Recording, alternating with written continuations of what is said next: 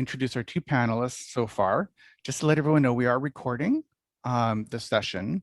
However, if you choose to not sort of be recorded, let me know right away, and then I'll just stop recording, or you can turn your camera off. All right. Thank you very much.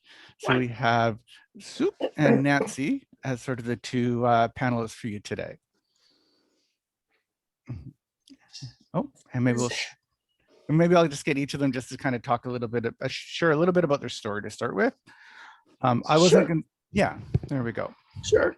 So my name's Nancy. I live in Toronto, rainy Toronto today. My underlying diagnosis is scleroderma. I was diagnosed in 2007 with scleroderma and pulmonary fibrosis. I was quite stable for a long time and worked and everything, and started going downhill around, I would say probably 2017, so after 10 years, and was just having a harder and harder time with shortness of breath. I eventually got to a point 2 years ago almost, where I went for my first appointment at the pulmonary hypertension clinic here in Toronto, and they admitted me to hospital that day and kept me in there for 2 weeks. And I was diagnosed with pulmonary hypertension. So since that time, I've been put on therapies, 3 oral therapies. I am somewhat improved, but apparently not enough. But still, I was shocked, really shocked, when my pulmonary hypertension doctor said, I would like you to be assessed for transplant, because I always knew maybe one day it was coming, but not this day or any day soon. So I started the assessment process in January,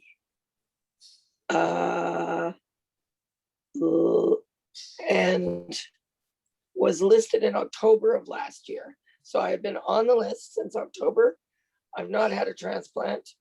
So I'm at the beginning of this big ass journey. Wow, thank you. Soup, maybe you could talk a little bit about your experience so far. Hi, my name is Sukhpreet. I was diagnosed with idiopathic pulmonary hypertension in 2015. And I was started with the subcutaneous therapy first. Then after a few months, they added the orals too.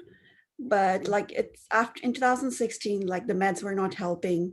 So my PH doctor said like, you need to be assessed for transplant, lung transplant. So I went for the assessment. There were some complications, like I had some anemia issues too. So there's like, we can't put you on the active list. So we have to resolve those issues first. Then in 2018, I was diagnosed with hereditary hemorrhagic telangiectasia too. So like one after the other, like they said you need a liver transplant too, because you have multiple AVMs in your liver. So in 2019, I was told that I may have to go to Toronto for assessment for liver and lung transplant, because they don't do it here in BC both together. They have done it in Toronto so many times. So I moved to Toronto in 2019, October. I was put on the active list in December 2019 for the transplant, but they said, we can wait for the liver. Let's just do the lungs first. So I was like, then we should have just gone to BC. Then I was like, let's just wait here because of the complications too. I got my first call in January 2020, but the lungs had some issues, so we had to cancel the surgery. Then I got my second call in February 7, 2020, and I had my transplant on February 8, 2020. Then I had some complications too after the surgery. There was a clot in my right lung, so they had to do another surgery on February 9. I was on ECMO twice. Like for 1 week, they took me off, but then we put me back on right away. And I think I was down. I was like, I know something, like I was conscious for like few minutes every day, but then I was like drugged out. I don't know what's going on. February 25th, I became aware of what was going around my surrounding. Like I saw my family, everybody, but still like you have tubes around you. I had a tracheostomy too, and you can't even speak for a while and you can't even drink. I was telling a doctor, I want to drink water. They was like, no, no. And I got out from the hospital right before the lockdown started on March 14th. Then I stayed back there for a few months until May, and I came back to BC. I was doing good until last year in December 2020 when I got COVID. I have recovered from it. I'm doing much better now. I'm walking more. I'm doing more exercise, trying to gain my strength back. That's my story. Oh, thank you. And I see we have a third panelist, Wendy. So I'll get Wendy to introduce herself and just do a little brief story. Hi, can you hear me good? Well, oh, marvelous. Sorry I'm late. My name is Wendy Woolridge and I live in Grand Falls, Windsor, Newfoundland. And I was diagnosed with idiopathic pulmonary hypertension. I'd say 2009 or early 2010. And I went through a couple of I apologize. I started the process of diagnosis in late 2008, early 2009. It took 3 years for me to get the actual diagnosis of idiopathic pulmonary hypertension. And I tried several different types of treatments. At the end, I had the infusion treatment, the 24-hour infusion treatment. So that's what I went to Toronto with for my transplant. And I'm not long home from work, so I'm kind of talked out for the day I teach. So when I went there for my week's assessment, I stayed. I requested that I stay. So that would have been, I went up there March of 2016 for my assessment and stayed at that time. They wanted to, I was really, really sick. They wanted to put me on ECMO, and being stubborn like I am, I voted against it and I didn't take ECMO. I have a son, but we left him in Newfoundland, and my husband and I went up there to live at that time. So I decided not to do the ECMO route. And in July, I had a call for transplant, and it was a suitable call. And I had many complications after my transplant. And like Silk, I was highly medicated and, almost in an induced coma for a duration of time. And, upon waking, I, in and out of the world. But a long story short, I ended up 7 months in Toronto General Hospital. I had rejection, and I had every treatment they could for rejection after my first transplant. And I ended up with other issues after. So I came out of my coma and I had lost all my abilities to walk, hold things. I had no muscle left. I had no bladder bowel function. I was like a newborn baby. And so it took a long time to do rehab. So I had a trach here. So I couldn't speak after, and I had to go through all the swallow tests, all those things. It was a very long time before I could eat normal foods again. I did lose a lot of weight. So by the end of it, after many complications, I had kidney failure, so I was doing dialysis. So I currently have 32% kidney function as of my last blood work. They ended up finding out after the fact, because my heart didn't restore to its normal size like it usually does after transplant. They found out I had a hole in my iliac artery. It took 5 more trips to Toronto to repair that. So they ended up repairing it with a shunt or stent or whatever they call it. So here I am. I had my transplant in July 2016. September of 2020, I was diagnosed in chronic rejection.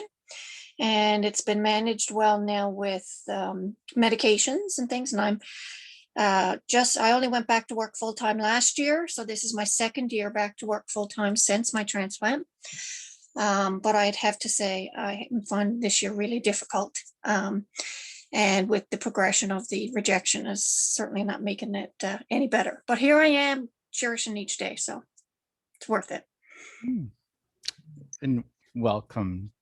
We can do, so we'll have questions and answers for each of the panelists. So people in the audience, you can either just unmute and ask, or if you want, at the bottom of the sort of screen, there's a little button called reactions. If you click that, you can raise your hand and that'll flag it. So that way, in case we miss, or you can put it into the chat and we'll all be able to see it, but I'll keep an eye out for that. But maybe I just get things sort of started. As a general, because each of you have interesting but different stories, which I guess is to be expected. But what sort of impact has this sort of had just going through this process on your family dynamics? Maybe we'll start with Nancy because I can see her. I've been very lucky that my husband is super supportive. So, I mean, we were shocked when this all started, but, you know, talked it through. What does it mean? How necessary is this to my life? And I recognize that they wouldn't have recommended it if it wasn't necessary. So, you know, I have total faith in the team. We have total faith in the transplant team, and they will do the best for me. So for me, it's been pretty easy. And of course, people just step up. If you need anything, we're there. If you want anything, just ask. You know, so that's been really great, actually. Yeah, good. Feel the love. That's a very good message. How about you, Suk? When I was diagnosed with pulmonary hypertension, I was just like newly married that time. The impact was like my ex-husband left me. Oh. Yeah, but it's just like now I'm thinking back, like that was a good thing that he's not with me, because I had my family with me right now who was supporting me from day one until now. I know he will not be there in Toronto with me, supporting me through my transplant surgery and all that process. I knew now I was like, it was good. He was not there. My mom was there. They helped me a lot through it. And even the pharmacy where I'm a pharmacy assistant. So I worked in the pharmacy.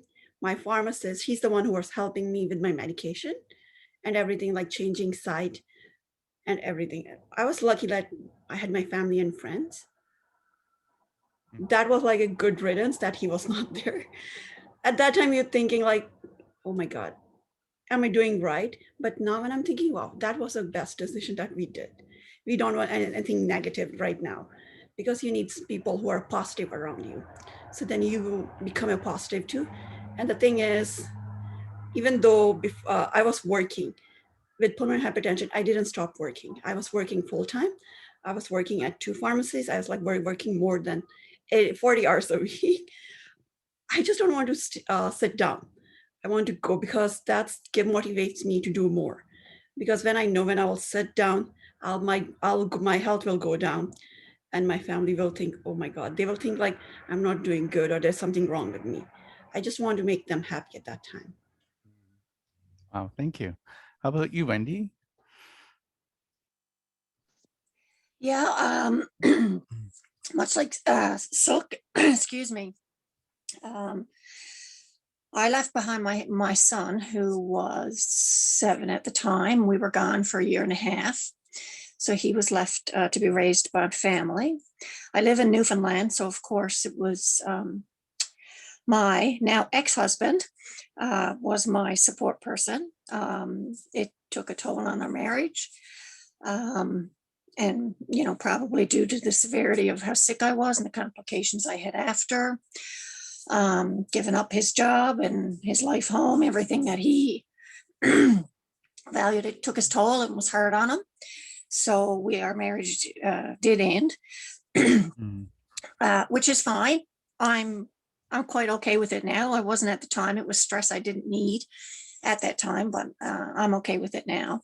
But my family have been my rock, and throughout the whole thing. And so they would fly up and fly back and go visit my son, and relatives would bring my son up to visit, things like that. So it's long. It's long days when when I was there, I did physiotherapy 3 hours a day. And they have to be there for all that too. And it's kind of downtime for them, but hard time for you. So it does definitely take its toll. There's no doubt about it. Wow. Well, and so what kind of tips do you have? Maybe we'll start with Wendy since you're right there, and we'll go backwards the other way. Yeah. We're really working my Sorry. facilitation skills. Oh, go ahead. Karen, Yeah. Lindsay's on the call. Is she? I didn't see She's her. hiding with a weird name. Oh, what's? L4. Yeah. So No, where maybe is it? Oh, let her introduce herself. yeah. Hi, dear. Hi, Lindy. Yeah, just jump I in. was Sorry. waiting and I didn't Sorry, know if I I didn't- should say anything. I didn't recognize your name. So great. You can take over the moderation. Perfect. Great. Thank you. So this is your fourth panelist that has been humbly waiting in the audience for me to recognize her. But yeah, so this is Lindsay, and we'll just do a brief introduction and do your story. And I've only basically asked a couple of questions, so you can take it from here if you'd like. Sure. So I'm Lindsay. I'm from a small town of Almont, Ontario. And I started having symptoms of pulmonary hypertension, I'd say back in about 2016. We were on vacation and I was having a large amount of shortness of breath that, wasn't really there before. It may have started a little bit sooner than I thought, but I kind of brushed it off as just kind of, not as fit as I used to be. And, I was just having a hard time breathing from that. And, more exercise would probably help. But my mom insisted that I see a doctor just to be sure. And that's when things started to kind of evolve. I went for some pulmonary function tests. And the carbon dioxide exchange in my lungs was only about 30%, which was causing a lot of the shortness of breath. So in 2018, I was officially diagnosed with pulmonary hypertension, idiopathic at the time. So I was put on some medication, Selexipag, Opsumit, to try and help the symptoms, but things started to worsen. The medication was not working. And they later found out I had a rare type of pulmonary hypertension, which was pulmonary veno-occlusive disease. So the medications I was on were not actually helping to treat the disease. So once we found that out, the topic of transplant became more obvious, and it was something I had to do in order to basically survive, because my function in the lungs was so low. So it was in the back of our minds, but we were hopeful the medication was going to work. And unfortunately for me, it did not. So I was listed March 2020, right as the pandemic started and the lung transplant program came to a complete halt. That's when I was listed officially. And at the time, Transplant was only doing emergency surgeries, so life or death. So I waited it out, just like everybody else on the transplant list. However, my symptoms did end up getting worse. My shortness of breath, my breathing, things just became harder. So my status was bumped up to a priority 3, and I was actually admitted in May 2020 to hospital because the doctors weren't sure where this was going to go. So I spent roughly about 3 weeks in hospital before they decided that they were almost going to put me on ECMO, and I had actually signed all the paperwork and everything to go along with that, to keep me and my heart kind of resting while I waited for a new set of lungs during the pandemic. And at the last second, they pulled out and said, you know what, I think we want to wait this out. And June 13th, 2020, I did receive a set of lungs, and I just celebrated my 1 year. So that's kind of exciting.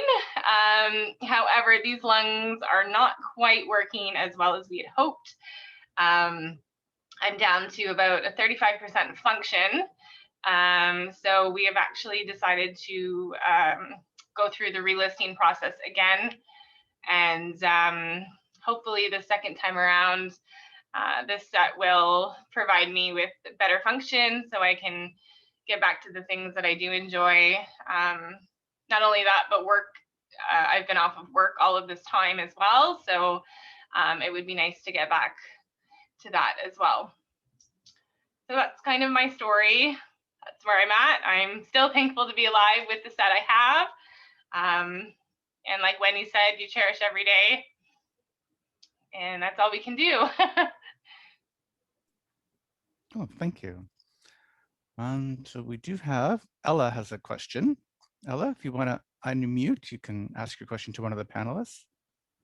Hi, I'd like to know if anybody knows if the process between Edmonton Transplant and the Ontario Transplant Program is the same. I'm listed under Edmonton because I live in Manitoba, and we no longer do transplants here. We get sent off to Edmonton. And I'd just like to know what to expect from the phone call to the time that you go right into surgery. Who would like to answer that question? We all have different experiences, so we can all answer, or does anyone want to answer? I haven't had a transplant, so I No. can't. You go ahead. Oh, So for me, I received the call while I was in hospital from Trillium Gift of Life. They called me directly, and they said they potentially had a set of lungs. However, for me, I was not the first candidate for those lungs. So they were calling me to tell me I was the backup. So they basically asked me a bunch of questions. You know, was I a smoker? Was I on certain medications? To be honest, the call was very surreal because it was, you know, something you're hoping for, but once you get it, you kind of go into a different state of mind. But they ask you a bunch of questions just medically to make sure that you are fit to receive these lungs. And they basically say, if you don't hear back from us again, your surgery's a go. However, we will call you if they're not for you. So in my case, you know, being the second candidate, I was kind of expecting to receive a call, and thankfully I never did. So I did receive the lungs that I was, you know, told that I was second in line for. So I don't know if Suk had a different experience that you'd like to share. My first call was like they called and they said same question. They asked me all the questions, which medications I'm taking, have any flu symptoms or anything, and I'm taking blood thinners. And the thing is that they said, okay, come to the hospital the next morning, because I was living in Brampton, then I had to go to Toronto for the transplant. So I was like, okay, but at same night, midnight around 12, they called. They said, oh, sorry, we have to cancel the surgery because the lungs had some issues. I was like, okay, that's fine. At least that was the first call. But my second call, when they called, same thing, they asked again, same questions again and again. Then they said they will call back in the afternoon if we will do the surgery or not. But so I waited the whole day. It was like 7 p.m. I was like, I haven't got any call. I can't even, I was trying to call them back with their extension number, but nobody was picking up. So I was like, maybe the lungs had problem again. So I was like, but they called around 7:30. They said, no, come to the hospital tomorrow and we will do the surgery. The lungs are okay. There's no problem. But I was like, still, I was there the next day. I was still like, I'm not sure if they will do the surgery or not. Still waiting. I was like, until then they tell you like not to eat anything or because you have to do fasting, right, for the surgery. It was the next day around 1:00 p.m. It's like the lungs are okay. The doctor's bringing it. We will take you for surgery at 4:00 in the evening. It's just like sometimes with like what Lindsay said, they said she was the second. With my case, there was nobody. I was the first who was called for that lungs. They're like, there's nobody second. It was just like, you are the only one who's waiting for those lungs. That was my situation, kind of. I got my call from the Trillium Gift of Life, and they, the questions, same medical type questions, has anything changed, and blah, blah, blah. And I was told to be there within half an hour. So I was 10-minute walk from Toronto General, but of course we had to get a taxi. So I had my bag packed. So we just left and went there, and we went right up to the, I think is it the 10th floor? I can't even remember now. We went right to the floor, right on Unit B. They took me in a room, they set up IV, took all my blood work. And I'd say, well, then the surgeon came in and he marks your chest, talked about it with me, making sure that I fully understood what I was doing, whatever. And he initialed both sides of my chest, where I would be getting a double lung because some people only get one. So his initial both sides of my chest, and I'd say I was in the operating room within 3 hours after that. I never did need the bag I brought with me. The only thing I ended up taking with me really anywhere was, my Carapul, my infusion therapy. And that was that. And I really honestly don't recall much until weeks later, but that's how it went for me. It was really quick. Yeah. I do have to say that I have received the call already, and it was a dry run. And yes, that phone call is, your heart skips a beat, you panic a little bit. Mm-hmm. And when I did get the call, I was by myself, and I made some phone calls, and then it was just decided that it wasn't right. And I would rather have it turned down here, so I didn't have the traveling expense, because in Manitoba, they will pay for you to go to Edmonton, but if it's a dry run, you are responsible for making your own way home.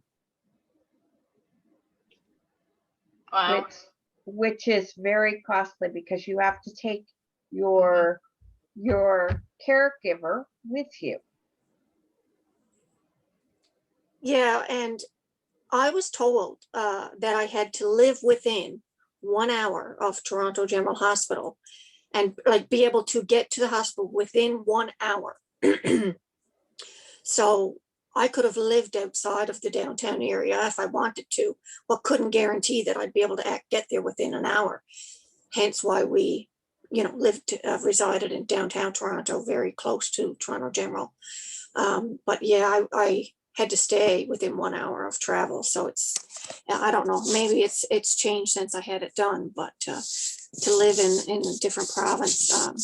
Well, here in Manitoba, we're told that we have 90 minutes to get to the air ambulance hangar and go. And in my case, the donor that I was getting from was a MAID donor. I don't know if anybody knows what that is, but it's a medically assisted induced death. Okay. And I got the call just after Mother's Day on the Monday. I would have left on the Tuesday and my surgery would have been on the Wednesday. Toronto's 3 hours now. Yeah, I was told 3 hours when I was Yeah. listed as well. So I live in think it's I live in changed. Aurelia, so I'm right on the border of time. Yeah. It was 1 hour when I was there, right? So certainly things have changed, which is good.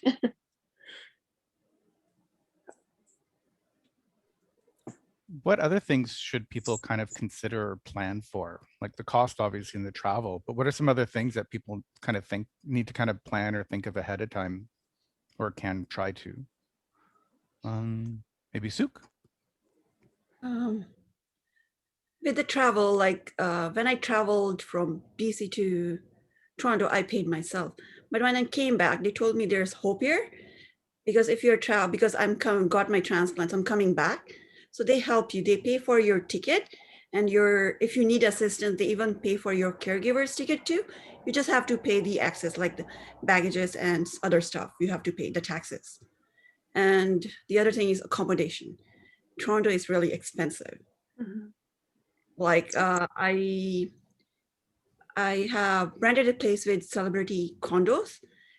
It was like 2,600 per month, but I just used them for 4 months, like February, March, April, May, and then I came back. But it's still expensive. Like you need to save up money, because even BC was not helping with that accommodations, like nothing. They're not giving you any assistance when you left. Even like for your medications, I paid upfront for after the transplant. But then I was just like telling my pharmacy to send it to me instead of like paying here.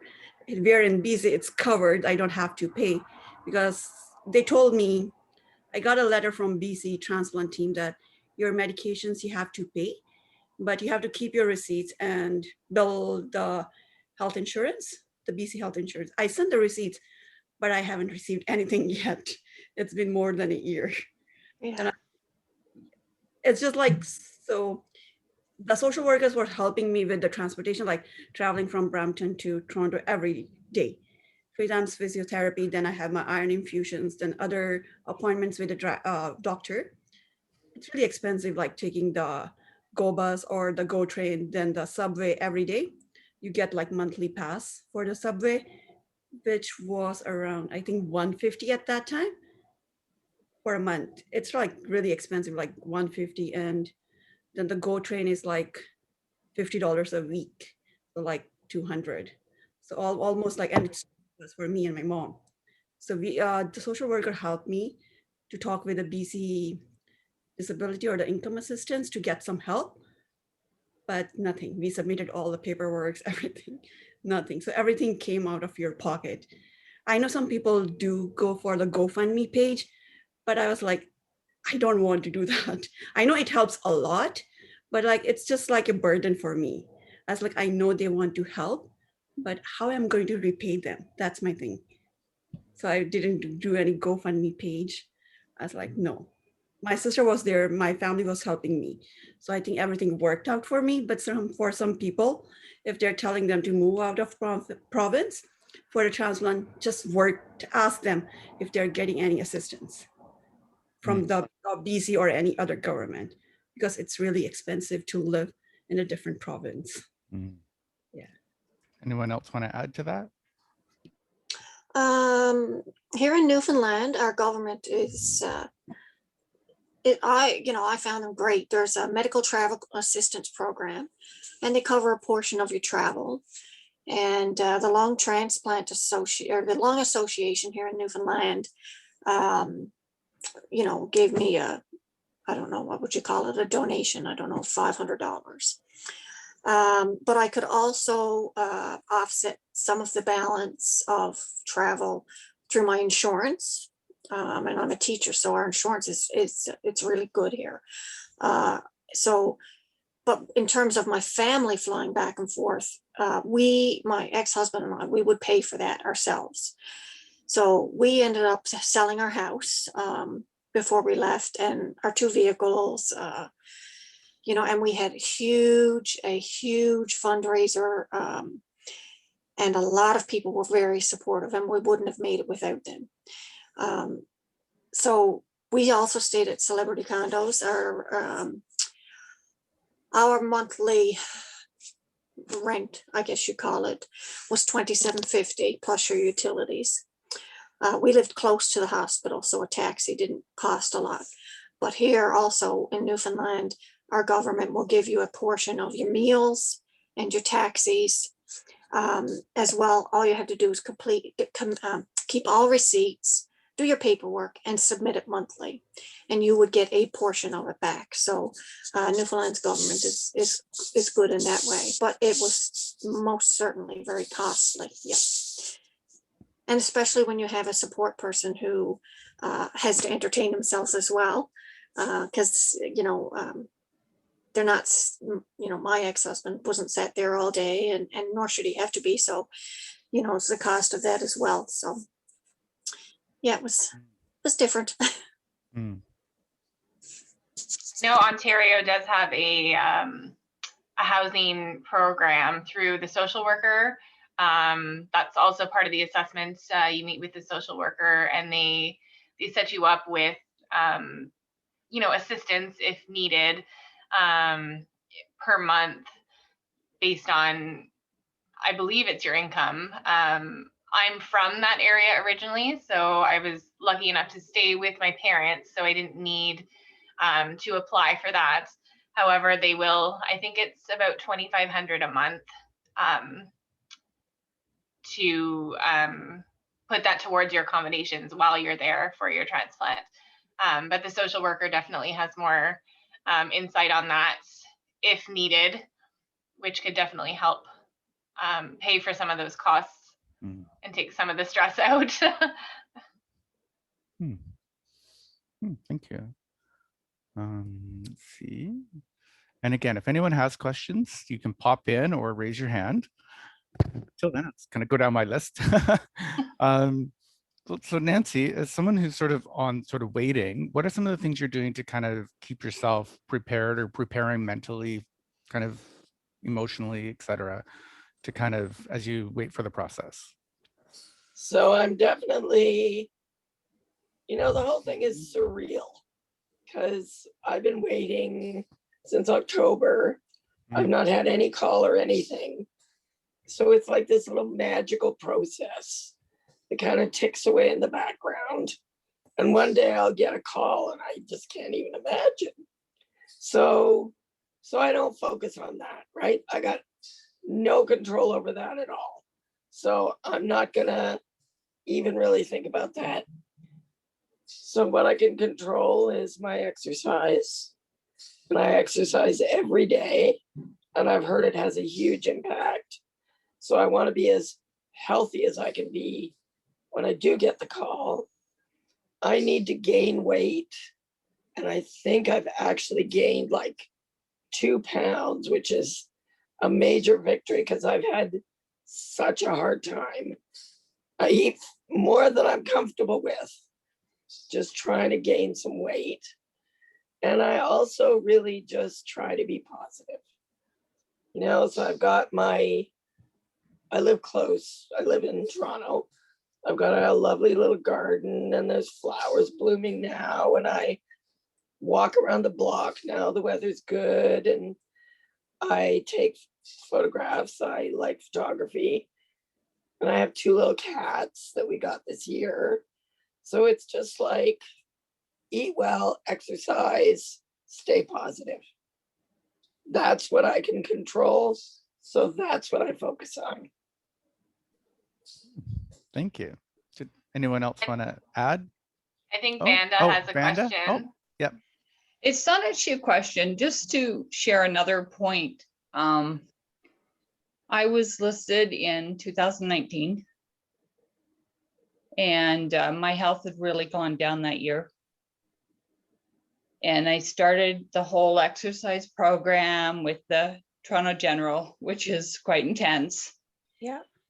And I went and was sidelined the end of November that year, or I would have gotten my lungs around Christmas time, I know.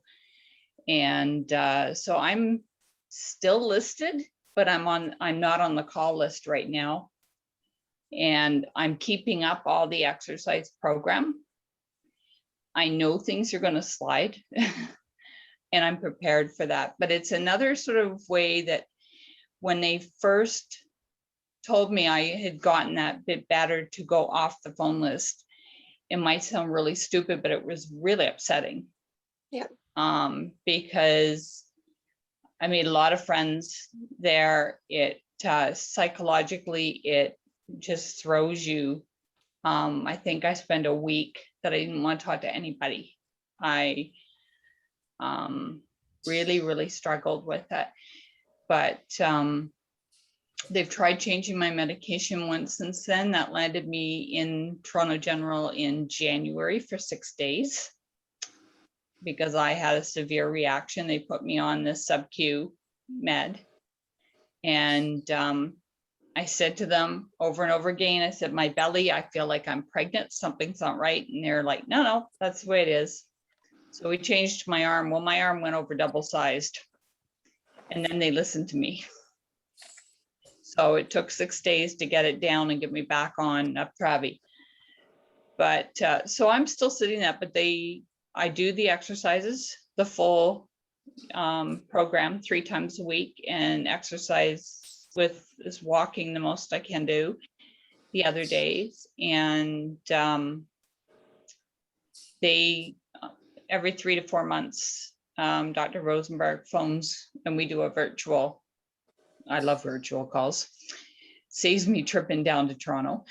But I have an echo coming up. I'm just waiting for the official date. It should be next month. So I will have to make a trip down there. I had to go down there for an oxygen test last month and didn't take anything for them to figure out that they can't take me off it. My hands went purple like I've never seen. So we're stuck this way, but it's just another way of looking at the transplant that can happen. It's totally normal apparently. But I said, I got my second COVID shot very quickly because I am on the triple therapy and I am listed. But just to throw that in, it's something a little bit different than what I'm hearing from anybody else. That's interesting, Vanda, but I have to say, for me, I'm not like, oh, I really want a transplant. Wow, I really want one. Like, frankly, I'm scared. And I think I'd be a fool not to be scared. And it's not without its risks and dangers. And if I can be stable like this, I don't have a bad life. So no, and I'm happy with it now. It just was the initial because I was in hospital overnight. And that it was the next morning that it just got, the way he said it to me, I was ready to wring Thinganak's neck because my husband hadn't got there yet. And he said, things look fine. By the way, I'm taking you off the transplant list. And that getting on the transplant, that week of stuff had taken so much out of me. And I thought, I don't think I could even do that again. But then transplant was like, no. And they re-explained it. He explained it very incorrectly. But I'd had a very weird thing happen to me the day before all this happened, and I'd passed out in the subway. You don't want to pass out in the subway. My poor husband thought I died.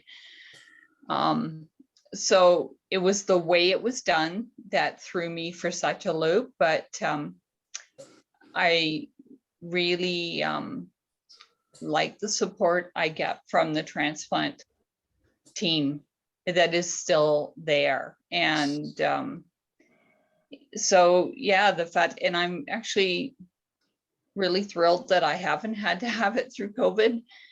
When Toronto General has been so full. So in that way, I'm going, thank you, God, because I don't, once COVID's over, fine. I don't care, but I don't want to be down there now. Yeah. Thinganak can be a bit abrupt. So there's a question Yeah. from Joyce Lamb. She's asking, for those who've had a transplant, how much weight did you lose?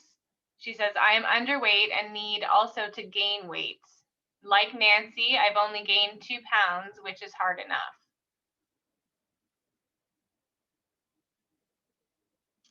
Now for me, I didn't really gain or lose much. I was pretty stable through the whole thing, but I don't know if Suk had a different experience.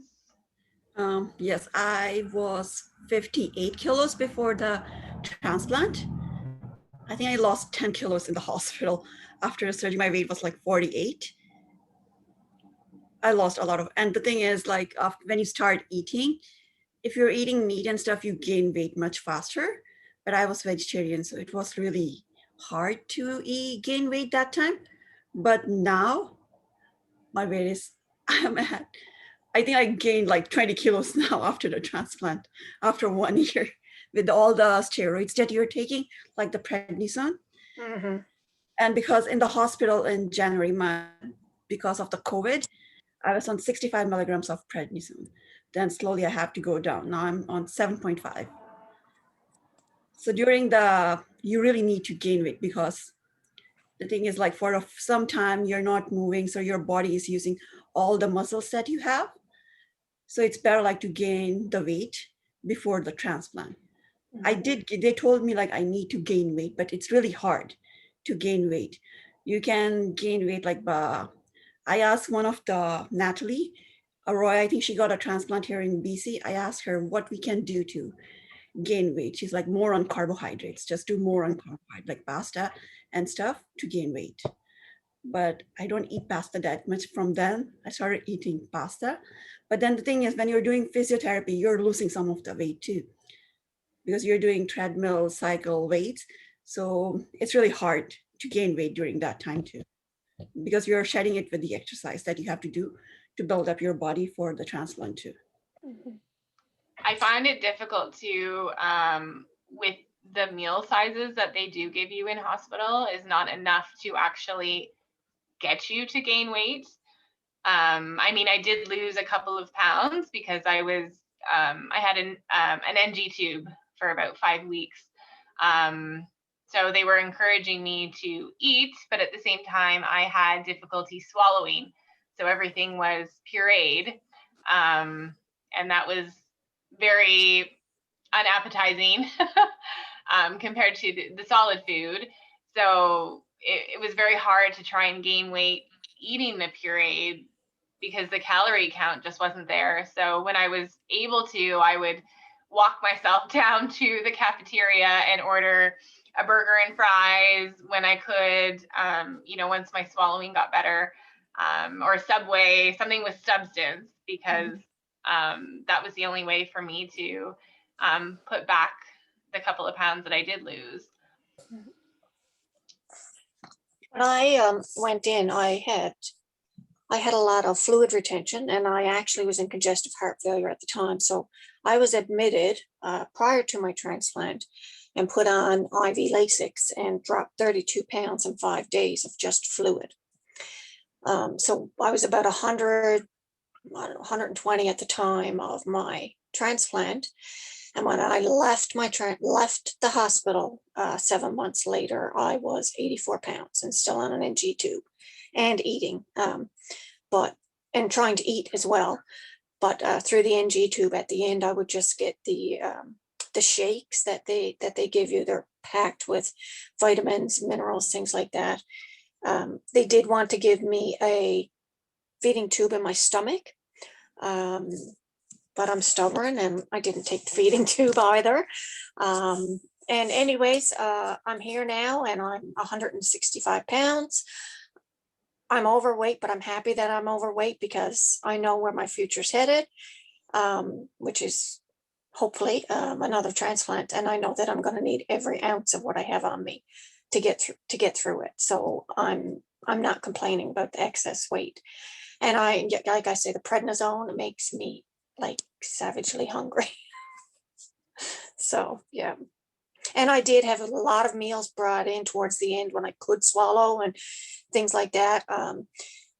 they'd bring me in whatever they could find to fatten me up because I was skin over bones.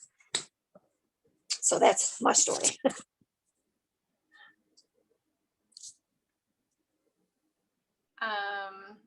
So I don't know, we're getting close to the end of the session. I was just going to point out for those of you who still need, emotional or, mental support, there is an online support group. I don't know if you're familiar with it, mostly through Toronto support group for transplants. Ella, I'm not sure if there's anything out in Edmonton, but you're welcome to join the Toronto one if that's, where you're having your transplant anyways. But there's lots of support for patients going through transplant there regarding medications, where to stay, things regarding exercise and eating and diet and things like that. So you're more than welcome to join. Everybody's welcome on there. And, I found that it really helped with all of my questions and my concerns and, being scared of going through such a big process that, a lot of people were able to ease my mind on a lot of things. And it was really beneficial for me. And it's something that, may help you guys venturing through this journey as well. Great, thank you. So yeah, as Lindsay said, we're kind of nearing the end of the session. So I just want to give one last chance if there's any questions, and then I'll just get each of the panelists just to kind of do a final, if there's anything final they want to say.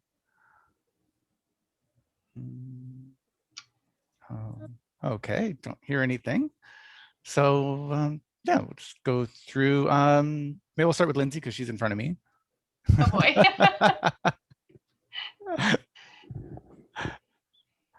What would you like me to say? No, just if there's anything final you want to wrap up with. Oh, I know Tina Prue is on the call. She's 5.5 years post-transplant, and I don't know if she wanted to chime in and say anything regarding her transplant that might help people see some positivity in the, the outcomes. I don't know, Tina, if you want to speak. Sure, yeah, I can say a few things. So as Lindsay said, I'm 5.5 years post. I had my transplant in 2015. I'm doing fantastic. No rejection up until this point. I've been able to do so much since my transplant. I've kind of have like a little bit of a, my mom calls it my wild side. So I do like to be a little adventurous. So since my transplant, I've actually been able to go whitewater rafting. I've been able to do things like walk at the top of the CN Tower. I've been hiking, zip lining. So I've been doing all kinds of like really adventurous stuff. Transplant is hard. It's the hardest thing that I've ever had to do, but it's well worth it. I know that Lindsay and I are really good friends. And we've had a lot of talks about transplant, and unfortunately she has not had the best outcome, but I know she's strong and she's going to get through it. Not everybody has the same journey, but there are some really great stories out there, some really great positive journeys. So just stay positive, and you can get through this. You can do it. That's all I have to say. Thank you. Go next on my list. Wendy, any final comments or thoughts? Yeah, and I just noticed somebody made a comment about medications. Did we answer that question? Not No, that was just directly. added. Yeah. Okay. So go ahead. You can go ahead and answer if you want. Yeah. Okay. I can tell you that for me, I ended up as well becoming a type 2 diabetic after transplant. My insurance covers all of my insulin and all the products I need for that, and it's uncontrolled for most of the time because my transplant has been a roller coaster of a variety of things. So sugars are never stable for me, really. But for me, I have insurance, and it's fantastic. But in terms of my anti-rejection medications, my Cellcept and my Prograf, sulfur trim, those things.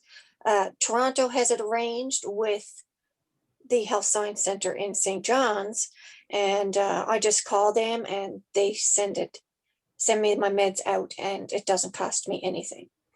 And I know some of that has been sponsored by the Trillium Gift of Life.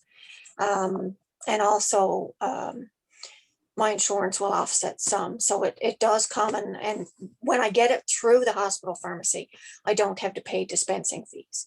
But for everything else, my insurance covers it and I pay dispensing fees. But I do have other friends here who had transplants the same time as I did. And it's, you know, it's the pain that's always there every month is the cost of medications. They don't have insurance. And it's been a huge burden on them financially. So I guess it depends on your personal situation, but I do know that I believe the Trillium Gift of Life do provide some assistance for medications as well. So, yeah.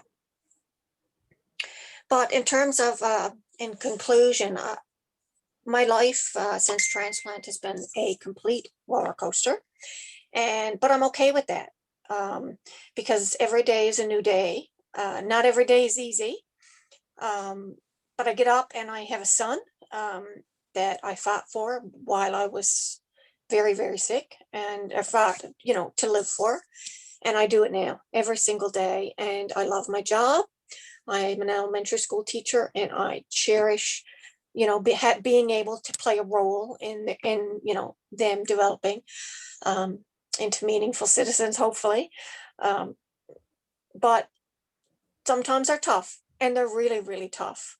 But every day is a new day, and this too shall pass is my constant mental mantra. This too shall pass, and it does. It does. So I wish everybody the best of luck, and my hearts are with you all, and hope the best for everybody. Thank you. Nancy, final thoughts. Life is worth living. This life is worth living, and I want to live this life. So I am so lucky to have the opportunity. I mean, lots of people are assessed and don't qualify even. You know, I was found that I qualified, that I was eligible, that I could be listed. Even though I'm scared, I'm damn lucky and I know it, and I want to live. So roller coaster, I'm sure it will be. Everybody says it, but I've never heard anybody say, I wish I'd never done it. Never. Great.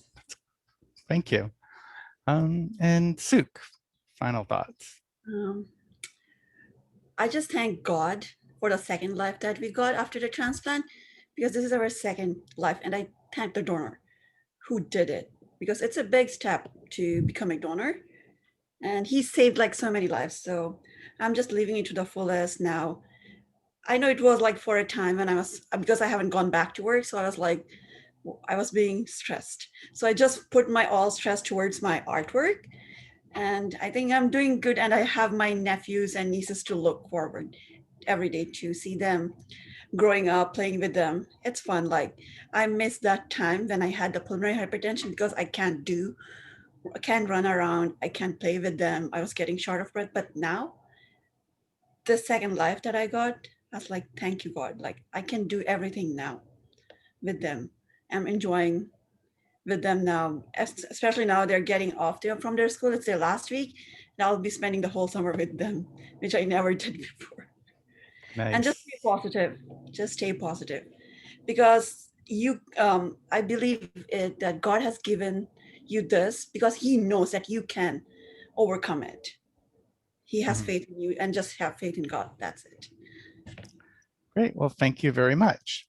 So that was a great panel session. I want to thank our 4 hosts for their candidacy and for sharing their stories with us, and for those of you that participated for sharing your stories, and for everyone else for joining. We do have our open mic talent show tonight, just putting in the plug for that, and tomorrow's sessions, as well as our final plenaries. So thank you, everyone. I hope you had a great week so far, and enjoy the rest of your day. All right. Bye. Bye-bye. Bye.